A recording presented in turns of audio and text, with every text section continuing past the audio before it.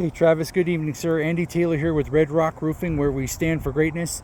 I'm here at 15092 Elizabeth Court in Thornton, Colorado. I'm going to do a quick inspection video for the roof.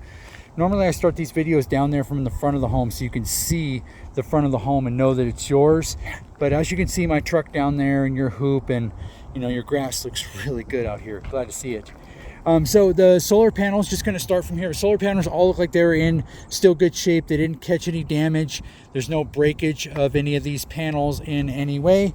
And I'm always happy to see the skirting around it to try and keep, pigeons and whatnot out of the underneath the solar. So first thing an adjuster will look for when getting onto your roof to do a claim for insurance is called collateral damage. Collateral damage is simply signs and indicators of soft metals. There has been a storm in the area. Now you've got one here on the rain cap. So I went over it with a piece of chalk so you could actually see it. There you can see that indentation. And then you've got one here on the turtle vent as well. Now once an adjuster verifies that there's been a storm, the next thing they're looking for is called spalding. Spalding is simply when hail strikes a shingle, dislodges the granules to expose the fiberglass undermatting. Now I want you to see this is the best sun that we've got on this. The solar is kind of blocking on the other side, but this being your north facing slope, you don't really have any hail damage up here. You've got one spot here that's a little bit grayed out, and this might be a hailstone from previous storm, but not this one. When it's grayed out, like you can see that, it's definitely not new.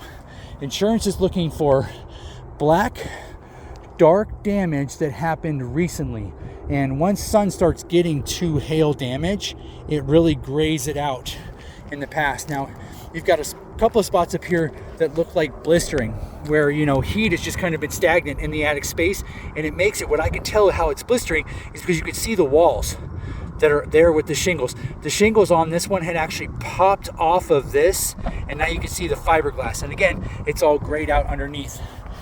Now, what I really want to detail for you is going to be the south-facing slope.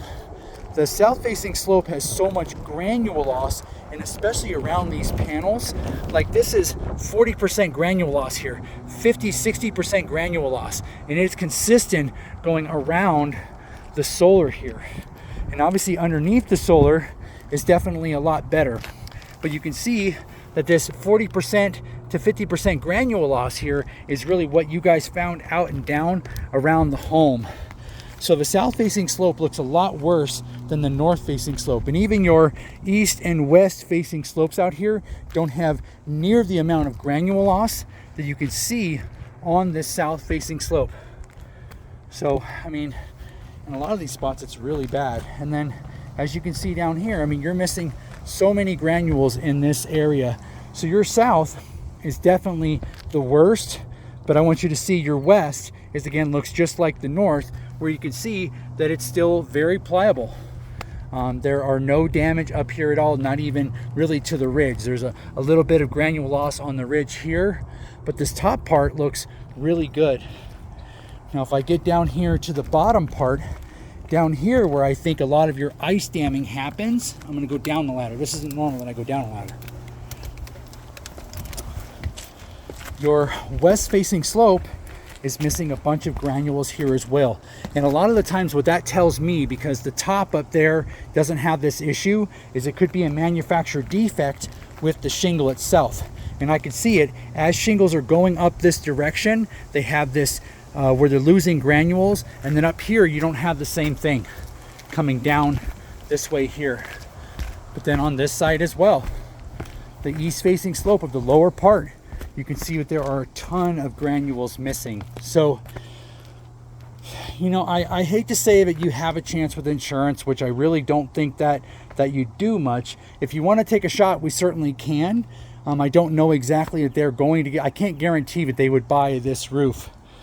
Over the garage as well, you can see all kinds of silvering going on the shingles themselves. It's just wear and tear and age. And this looks like it's the original roof on here.